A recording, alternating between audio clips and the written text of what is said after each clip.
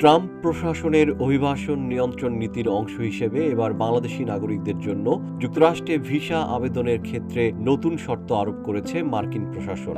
6 জানুয়ারি এ সংক্রান্ত একটি নতুন নীতিমালা প্রকাশ করা হয় যুক্তরাষ্ট্রের পররাষ্ট্র দপ্তরের ভ্রমণ বিষয়ক ওয়েবসাইটে। নতুন নীতিমালা অনুযায়ী বাংলাদেশ সহ মোট 38টি দেশের নাগরিকদের যুক্তরাষ্ট্রে প্রবেশের ভিসা আবেদনের ক্ষেত্রে $5,000 থেকে $15,000 পর্যন্ত ভিসা বন্ড করতে হবে। প্রতি ডলার 122 টাকা 31 পয়সা হিসেবে এর সর্বোচ্চ পরিমাণ দাঁড়ায় প্রায় 18,35,000 টাকা। এই নীতিমালা 21 জানুয়ারি থেকে কার্যকর হবে। কিউব হোল্ডিংসের গল্পে সেই রেখাটি আঁকা হয়েছিল আজ থেকে 1 যুগ আগে। নকশাই আমাদের ভাষা। Cube holdings limited. মেয়াদ উত্তীর্ণ ভিসাধারীদের সংখ্যা নিয়ন্ত্রণ এবং ভিসা ব্যবস্থায় শৃঙ্খলা ফেরাতে এই উদ্যোগ নেওয়া হয়েছে বলে জানিয়েছে ট্রাম্প প্রশাসন।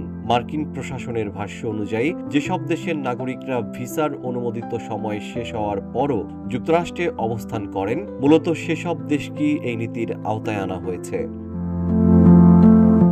নীতিমালা অনুযায়ী তালিকাভুক্ত দেশগুলোর নাগরিকদের ব্যবসা ও পর্যটন ভিসায় যুক্তরাষ্ট্র যেতে হলে $5,000, $10,000 অথবা $15,000 যে কোনো একটি বন্ড জমা দিতে হতে পারে। বন্ডের পরিমাণ নির্ধারণ করা হবে আবেদনকারীর ভ্রমণের উদ্দেশ্য ও ব্যক্তিগত পরিস্থিতি বিবেচনা করে। আবেদনকারী পৃথিবীর যেখান থেকেই ভিসার জন্য আবেদন করুন না কেন, এই নিয়ম সবার ক্ষেত্রেই প্রযোজ্য হবে।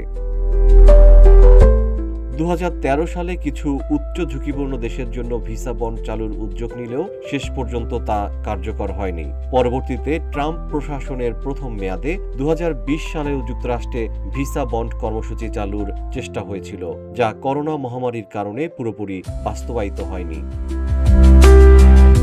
বর্তমানে এই ভিসা বন্ড ব্যবস্থা 12 মাস মেয়াদী একটি পরীক্ষামূলক কর্মসূচি হিসেবে চালু করা হচ্ছে। ভিসার সব শর্ত মেনে নির্ধারিত সময়ের মধ্যে যুক্তরাষ্ট্র ত্যাগ করলে জমা দেওয়া বন্ডের অর্থ ফেরত পাওয়া যাবে। মার্কিন পররাষ্ট্র দপ্তর জানিয়েছে, কেউ যদি যুক্তরাষ্ট্র সরকারের কাজে অথবা জরুরি মানবিক প্রয়োজনে ভ্রমণ করেন, সেক্ষেত্রে ভিসা বন্ড মওকুফ করা হতে পারে। তবে সাধারণ পর্যটক বা ব্যবসায়িক ভ্রমণকারীদের ক্ষেত্রে এই ছাড় পাওয়ার সম্ভাবনা খুব কম। ভিসা বন্ড হলো এক ধরনের ফেরতযোগ্য আর্থিক জামানত। কোনো দেশ নির্দিষ্ট কিছু দেশের নাগরিকদের অস্থায়ী ভিসা দেওয়ার আগে এই জামানত গ্রহণ করতে পারে। এর মূল উদ্দেশ্য হলো ভিসাধারীরা যেন ভিসার শর্ত মেনে চলেন এবং নির্ধারিত সময় শেষে সংশ্লিষ্ট দেশ ত্যাগ করেন। জিএম শিহাব, রূপালী বাংলাদেশ।